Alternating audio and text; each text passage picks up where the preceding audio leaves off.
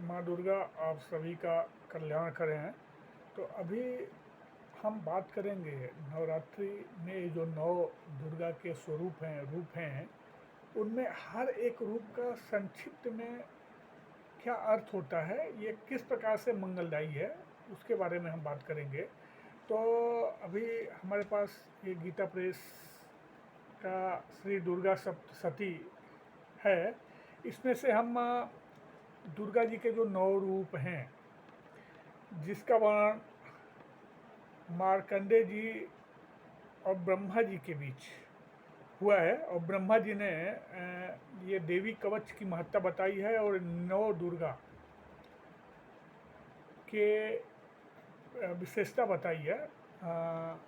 सब सिद्धियों की दात्री हैं ये नौ दुर्गाएं, दुर्गा के नौ स्वरूप, उनके बारे में हम बात करेंगे। तो कहा गया है कि प्रथमम शैलपुत्री च, द्वितीयम ब्रह्मचारी, तृतीयम चंद्रघंटेति, कुष्मांडेति, चतुर्थकम पंचमम स्कंदमातेति, षष्ठम कात्यायनीति च, सप्तमम कालरात्रिति, महागौरीति चाष्टमम, नवमम सिद्धिदात्री च, नौ दुर्गा प्रकृतिता। मतलब कि नौ दुर्गा जो हैं ये दुर्गा के अभिन्न रूप हैं, स्वरूप हैं, और नवरात्रि में इन्हीं नौ रूपों की आराधना की जाती है।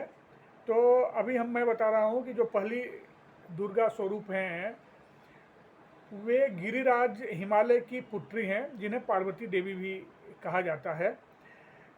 यद्यपि ये सबकी अधीश्वरी हैं, तथापि हिमालय की तपस्या और प्रार्थना से प्रसन्न हो कृपा पूर्वक उनकी पुत्री के रूप में, हिमालय की पुत्री के रूप में ये प्रकट हुई थी।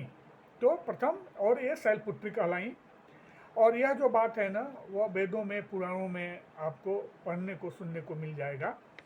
जो दूसरी दुर्गा हैं उनके बारे में कहा गया है कि ब्रह्मचारितुम शीलः यस्या सा ब्रह्मचारिणी, सच्चिदानंदमय ब्रह्म स्वरूप की प्राप्ति कराने वाला जिनका स्वरूप हो, उनको क्या कहते हैं? ब्रह्मचारिणी कहते हैं। अब हम बात करेंगे तीसरी दुर्गा स्वरूप की।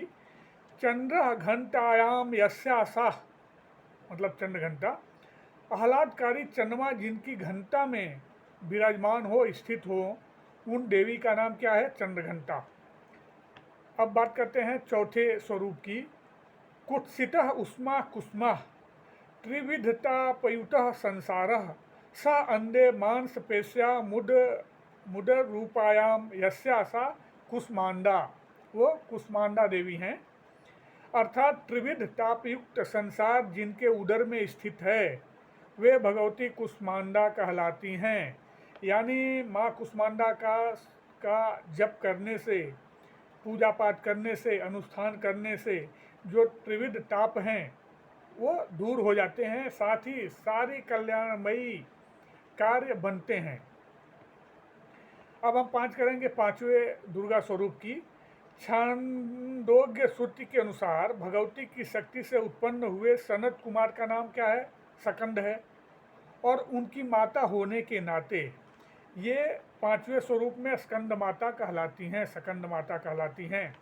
अब जो छठवां रूप है माताओं का, वो है देवताओं का कार्य सिद्ध करने के लिए देवी जो थी माँ दुर्गा, वो महर्षि कात्यायन के आश्रम पर प्रकट हुई, और महर्षि ने उन्हें अपनी कन्या माना, इसलिए इनको कात्यायनी कहा जाता है, जो माँ का छठवां रूप है।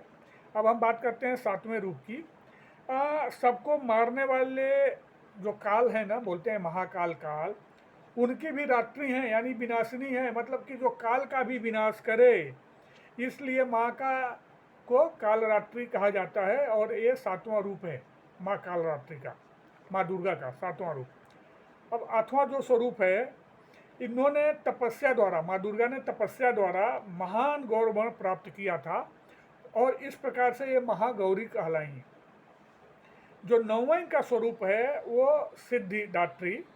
तो सिद्धिदात्री मतलब कि सिद्धियों को देने वाली हैं, सभी प्रकार की सिद्धियों को देने वाली हैं।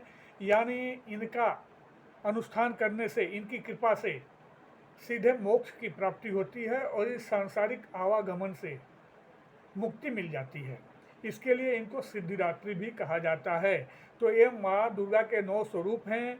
आपको नवरात्रि में हर दिन माता के एक स्वरूप का विधिवत पूजन करना चाहिए। साथ ही ये कहूँगा, अगर आप ये नहीं कर पा रहे हैं तो नवरात्रि में स्वच्छता रखते हुए मन की शुद्धि, तन की शुद्धि के साथ अपने इष्ट देव या किसी भी देवता का विधि विधान से पूजन करें। अगर विधि विधान से नहीं कर पाते हैं तो यथा भक्ति, मतलब कि जितना आपसे हो सके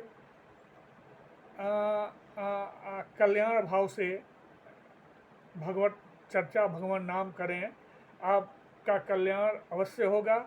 इसी शब्दों के साथ आप सबको नमस्कार करता हूं और अपनी वाणी को विराम देता हूं। जय माँ दुर्गा। माँ दुर्गा आप सबका कल्याण करें। जय माँ दुर्गे।